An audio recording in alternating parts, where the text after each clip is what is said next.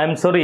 நாங்கள் எவ்வளவு முயற்சி செஞ்சும் இந்த ட்ரம்ப் அறிவிச்ச அந்த ஆப்ரேஷன் ஃப்ரீடமை காப்பாற்ற இல்லாமல் போயிடுச்சு. Yes, you're right. Operation freedom also dead. அந்த ஆப்ரேஷனை காப்பாற்ற இல்லாமல் போனது கூட கவலை இல்லை. ஆனால் அந்த ட்ரம்ப் இப்படி ஈரானுக்கிட்ட தோத்துக்கிட்டே இருக்கிறத நினைச்சா தான் ரொம்ப கவலையாக இருக்கு.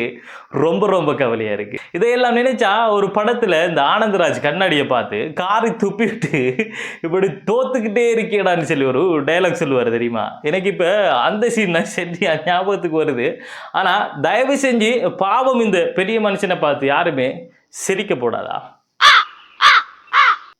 இன்னும் ஒரு சம்பவம் நடந்திருக்கு. ஊரு ரெண்டு பட்டா கூத்தாடிக்கு கொண்டாட்டமா. அதே போலதான் இப்ப யுஏஇக்கும் ஈரானுக்கும் இடையில ஒரு பிரச்சனையை ஆரம்பிக்கிறதுக்கு ஒரு கருப்பாடு வந்திருக்கு. அந்த கருப்பாடு யார் என்கிறது இதுவரைக்குமே தெரியாம தான் இருக்கு. அது என்னண்டா, யுஏஇக்கு 2வது நாளா தாக்குதல் நடந்திருக்கு. அதை ஈரான் தான் நடத்தினாங்கிறத யுஏஇட பாதுகாப்பு தரப்பு சொல்லிக்கிட்டு இருக்காங்க.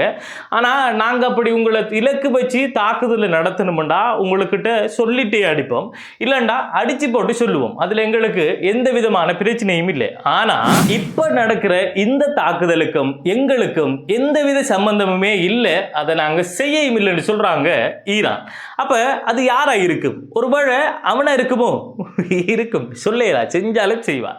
இந்த 2 முக்கியமான சம்பவம் தொடர்பாக தான் இந்த வீடியோவில் நாம பார்க்க போறோம். ஸோ இந்த வீடியோ இன்ட்ரெஸ்டா இருக்கும் என்று நான் நம்புறதால தயவு செஞ்சு எல்லாரும் பார்க்குற மாதிரி இந்த வீடியோவை ஷேர் பண்ணுங்க. டொனால்ட் ட்ரம்ப் புதுசா கொண்டு வந்த இந்த ப்ராஜெக்ட் ஃப்ரீடம் என்கிற ஆபரேஷன் சிகிச்சை பலனின்றி இறந்து விட்டது என்கிற செய்தி தான் இப்ப பிரேக்கிங் நியூஸ். நான் ஏன் இதை பிரேக்கிங் நியூஸ் என்று சொல்லி சொல்றேன்டா, இந்த ப்ராஜெக்ட் ஃப்ரீடம் என்கிற இந்த ஆபரேஷன் இருக்குதானே, அந்த ஆபரேஷனை செய்யறதுக்காக அந்த பக்கமா வந்து அமெரிக்காவோட வார்ஷிப்புக்கு ஈரான் அடிச்ச அடியில அந்த வார்ஷிப் வந்த வேகத்திலேயே கைப்புள்ள வடிவேல் சொல்ற மாதிரி பொறா தம்பி பிரேக்னு சொல்லி ஒரு பிரேக்கை போட்டுச்சு. அதால தான் இந்த நியூஸ் நான் இப்ப பிரேக்கிங் நியூஸ் என்று சொல்லி சொல்றேன்னா, வேற எந்த ரீசனும் இல்லை. ஈரானுக்கும் அமெரிக்காவுக்கும் இடையில நடக்கிற இந்த பேச்சுவார்த்தையில முக்கியமான ஒரு சில முன்னேற்றம் காணப்படுறதால இந்த ப்ராஜெக்ட் ஃப்ரீடம் நாங்க தற்காலிகமா இடைநிறுத்தி வைக்கும் என்று டொனால்ட் ட்ரம்ப் சொல்லியிருக்காரு. இதை அவர் எப்ப சொன்னாருண்டா, அமெரிக்காவோட வார்ஷிப்புக்கு திங்கட்கிழமை ஈரான் தாக்கின உடனேயே அறிவிச்சிட்டாரு. இது எப்படி இருக்குண்டா, இந்த வார ஒரு பிளேயர் இருக்காரு, இந்த பிளேயர் பயங்கரமான ஒரு ஆள். இவர் வந்து செஞ்சுவரி போடாம அவுட் ஆன மெச்ச இல்லை. இப்ப பார அடிய இன்ட்ரெஸ்டா பார்த்துக்கிட்டு இருக்கக்குள்ள வந்த வேகத்திலேயே அந்த பிளேயர் கிளீன் போர்டில் அவுட் ஆன எப்படி இருக்கும், அதே போலதான் இப்ப இந்த சம்பவம் நடந்திருக்கு. ஈரானுக்கும் அமெரிக்காவுக்கும் இடையில பேச்சுவார்த்தை நடந்துகிட்டு இருக்குங்கிறது இந்த உலகத்துக்கே தெரிஞ்ச ஒரு விஷயம். அதுல முன்னேற்றம் வருதுங்கிறத நாங்க நம்பணும் சொன்னா ஸ்ட்ரைட் ஆஃப் ஹார்முஸ் திறக்கப்படணும். அதோட சேர்ந்து நடந்துகிட்டு இருக்கிற இந்த பேச்சுவார்த்தையும் முடிவடையணும். அப்படி நடக்கலடா, பிரசிடென்ட் டொனால்ட் ட்ரம்ப் அவர்களே, இதிலும் நீங்கள் தோற்று விட்டதாக நாங்கள் ஏற்றுக்கொள்வோம். நாங்கள் ஏற்றுக்கொண்டு கன நாள் ஆகுது, இருந்தும் இப்போ உங்களோட மன திருப்திக்காக சும்மா சொல்றேன். சரி, நீங்க சொல்ற மாதிரி பேச்சுவார்த்தையில முன்னேற்றம் இருந்தா ஸ்ட்ரைட் ஆஃப் ஹார்முஸ் திறக்கப்படணும். ஸ்ட்ரைட் ஆஃப் ஹார்முஸ் திறக்கப்படணும்டா நீங்க ஈரானுக்கு போட்டிருக்கிற அந்த புளோக்கேட்டை எடுக்கணும். புளோக்கேட்டை எடுக்கணும்டா நீங்க நேரத்தோட சொன்ன அந்த நிபந்தனைகள், அதாவது அணு ஆயுதம் தயாரிக்க கூட யுரேனிய கையிருப்பை உங்களுக்கிட்ட ஈரான் தரணும், பாலிஸ்டிக் மிசைல்ஸ் அந்த ரேஞ்சை வந்துகிட்டு குறைக்கணும்ங்கிற நீங்க போட்ட இது போன்ற சில்லியான நிபந்தனைகளை ஈரான் என்ன செய்யணும், ஏற்றுக்கொள்ளணும். ஆனா ஈரான் பிரசிடென்ட் மசூத் பெசஸ்கியன் ஒரிஜினலா அறிவிச்சிட்டாரு, அமெரிக்கா நினைக்கிற மாதிரி எங்களை நீங்க அடிமைப்படுத்த இமேலா, சரணடைய வைக்க இமேலாண்டு. அப்படி என்ன என்ன அர்த்தம்? உங்களோட நிபந்தனையை ஏற்றுக்கொள்ளல தானே அர்த்தம். அப்ப உங்களோட நிபந்தனையை ஈரான் ஏத்துக்காமலேயே ஸ்ட்ரைட் ஆஃப் ஹார்முஸ் திறந்தா மட்டும் போதும், நீங்க அந்த புளோக்கேட்டை எடுத்துட்டீங்கடா. இதுல வந்தது யாரு? ஈரான் தானே.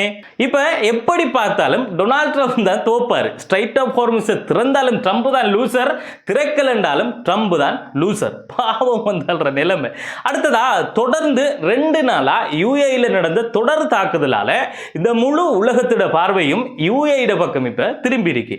இந்த தாக்குதலை ஈரான் தான் செஞ்சாங்கிற குற்றச்சாட்டை யுஏஇட தரப்புல இருந்து வச்சிருந்தாலும் ஈரான் தரப்புல இருந்து என்ன சொல்றாங்கடா, இதை முழுமையா அவங்க மறுத்திருக்காங்க. அதோட நாங்க தாக்குதல் நடத்தணும்டா அது சொல்லிட்டே செய்வோம், இல்லண்டா செஞ்சிட்டு சொல்லுவோம். ஆனா இந்த தாக்குதலுக்கும் எங்களுக்கும் எந்த விதமான சம்பந்தமுமே இல்லைங்கிறத ஈரான் தரப்புல இப்ப சூடாக அறிவிச்சிருக்காங்க. உண்மையை சொல்ல போனா பாஸ்ட்ல நடந்த விஷயங்களை வச்சு பார்க்கக்குள்ள ஈரான் உண்மையாவே அவங்க சொல்ற மாதிரி செஞ்சதுக்கு பிறகு எல்லாம் சொல்லல, அவங்க சொல்லிட்டே தான் செஞ்சாங்க. உதாரணமா பார்க்க போனா ஒரு இடத்துக்கு அவங்க தாக்குதல் நடத்தணும்டா பெரும்பாலும் முன்கூட்டியே அறிவிச்சிட்டு தான் அந்த தாக்குதலை நடத்தினாங்க. அப்படி இருக்கக்குள்ள ஈரான் இந்த தாக்குதலை நாங்க செய்யலன்னு மறுக்கிறதால பெரும்பாலும் அவங்க இதை செஞ்சிருக்க வாய்ப்பே இல்லை. இதை ஈரான் செய்யலண்டா அதை யார் செஞ்சிருப்பாங்கங்கிற ஒரு சந்தேகம் தான் இப்ப பரவலா பேசப்பட்டுக்கிட்டு இருக்கு. அது மட்டும் இல்லாம இந்த அமெரிக்காட ஆபரேஷன் ஃப்ரீடம் என்கிற பேர்ல ஒரு வார்ஷிப் ஸ்ட்ரைட் ஆஃப் ஹார்முஸ் பகுதிக்குள்ள நுழைஞ்சு அதுக்கு ஈரான் தாக்குதலை நடத்தி ஈரான்ட ஸ்பீட் போட்ஸ் நினைச்சு அமெரிக்காட வார்ஷிப் பொதுமக்கள் ஏத்திக்கிட்டு போன படகுக்கு தாக்கி இப்படியான ஒரு பதட்ட நிலை அந்த பகுதியில் இருக்கக்குள்ளதான் இந்த தாக்குதலும் நடந்திருக்கு. அப்படி என்றால் இது ஒரு திட்டமிட்ட தாக்குதல் என்று நாம் எடுத்துக்கொள்ளலாம். அப்ப எரிகிற நெருப்புல யாரோ எண்ணெயை ஊற்றி குளிர்காய நினைக்காங்கிறது மட்டும் உறுதி. ஆனா யுஏஇ மட்டும் உறுதியா சொல்றாங்க அதை ஈரான் தான் செஞ்சு. ஆனா ஈரான் என்ன சொல்றாங்க, நாங்க அதை செய்யலண்டு. மிடில் ஈஸ்ட்ல லெபனான் இஸ்ரேல் போற தவிர வேற எந்த விதமான ஒரு பதற்றமான நிலைமையும் அந்த பக்கம் இல்ல. எல்லாமே சீஸ்ஃபயர்ல தான் இருக்கு. இந்த விஷயத்தை எல்லாம் இஸ்ரேலும் அவதானிச்சுக்கிட்டு தான் இருக்கு.